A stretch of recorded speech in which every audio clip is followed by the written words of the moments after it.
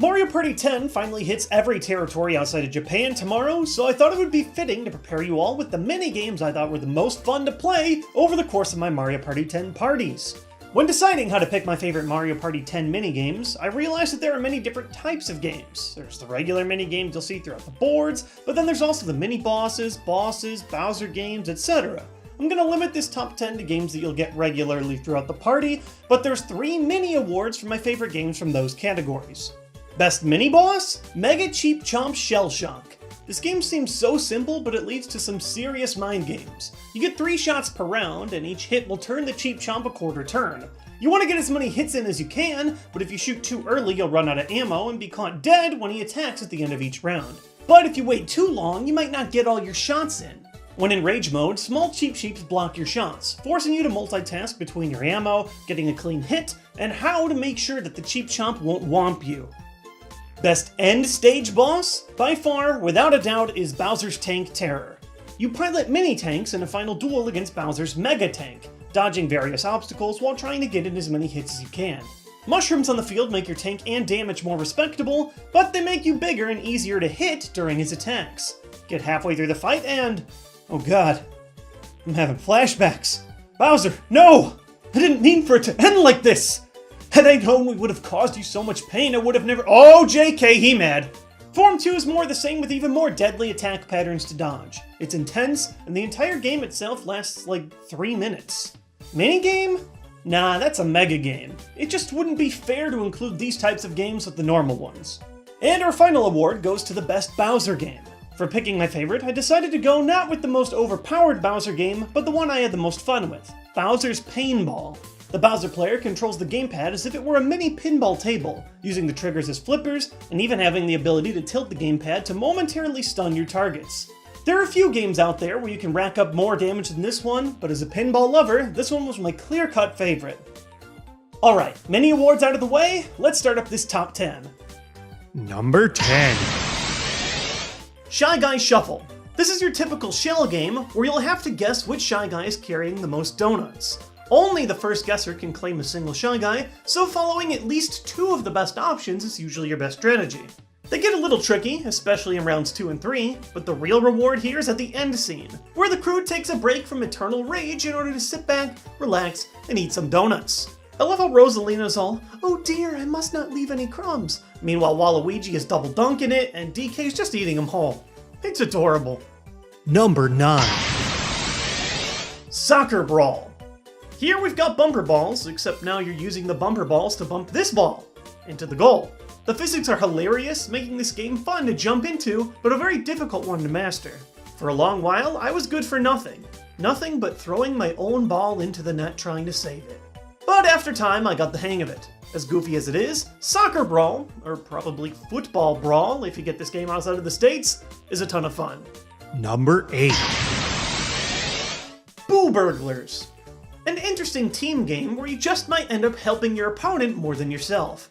Teams are split with 1 net and 1 light, and they're tasked with grabbing as many diamonds as they can hidden inside of the boos, which only show up when lit. But the twist is that you can steal diamonds from the boos lit up by your opponent as well. The pro play is only having a boo lit when you have a teammate close, but in practice it's pretty crazy. Also, these are computers. They can't comprehend our complex human brain strategies, so Rosalina's the best teammate I've ever had. Even though she's on the other team. Number 7. Snake Block Party. Oh, the beloved Snake Block. Introduced in Super Mario World, this winding enigma has always been a favorite of mine in Mario's platformer stages. You never quite know where the thing is going, but you have to constantly adjust to the changing platform. Now add 4 people into the mix and multiple snake blocks, and that's a block party. You want to stay at the front in order to finish the race in first when you get to the goal, but then you'll have less time to predict and could possibly fall, putting you in bubble mode and giving someone else a shot at the glory. You might have to pogo off an opponent for, well, the entire stage. As expected from Mario parties, there are plenty of solid platformer challenges, but this one was my favorite of the bunch. Number 6. Bouncy Brawl. You know how I've always hated how Bumper Balls has almost always ended in a draw with competent players? Bouncy Brawl is Bumper Balls, but with a big fix. You can actively control how much knockback your hits have by jamming on the 2 button. But with great power comes great responsibility. If you spin a little too hard, you'll spin out in a drunken stupor, open to be destroyed by the slightest tap. Number 5. Cheep Cheep Leap.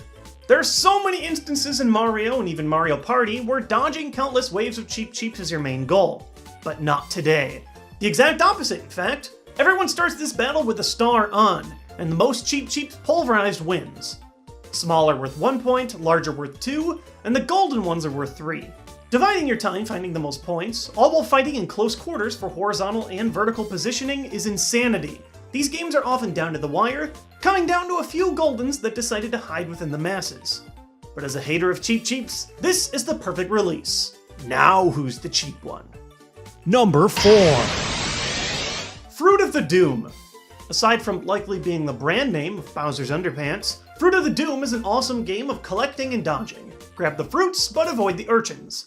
It's tough. At the front is all that sweet fruit, but if you get hit, you'll throw some of your collected fruit backwards. So, do you charge the front, or scurry like a rat to pick up the dropped fruit of others? Fruit salad, yummy, yummy. Fruit salad, yummy, yummy. Number 3. Bob-omb Combo. This is one of the most entertaining minigames in Mario Party 10, and quite possibly the most fun to watch. Your goal is to fire a Bob-omb into his field of friends, searching for the largest chain explosion that you can find. There's certainly a high level of chance in this game with every Bob-omb randomly running around, but trying to optimize your position for a huge combo is seriously, pun intended, a blast. Just don't be this guy.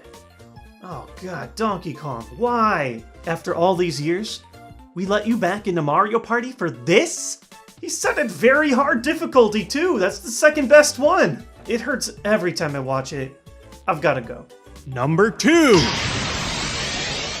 Move-In Mushrooms. In Move-In Mushrooms, the setting is a giant sort of pachinko machine, where 3 players control one individual platform, while the one player moves 3 at the same time. Your goal is to drop as many mushrooms as you can into your team's colored zone, which moves across the bottom at varying speed.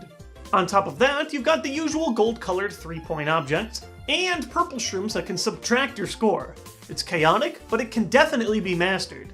You can balance shrooms for a long period in order to hold off until the area has a better position, or you can do a hard flick on the controller to launch shrooms off, either as a pass to another player or a quick way to get rid of some poison.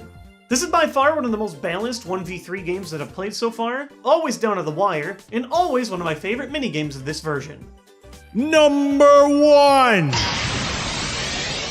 Bobsled Battle. Instead of competing for speed, you're in a race for the maximum amount of coins.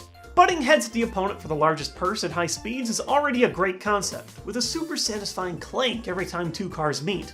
But what really sells me on this game are the bombs, which show up about halfway through.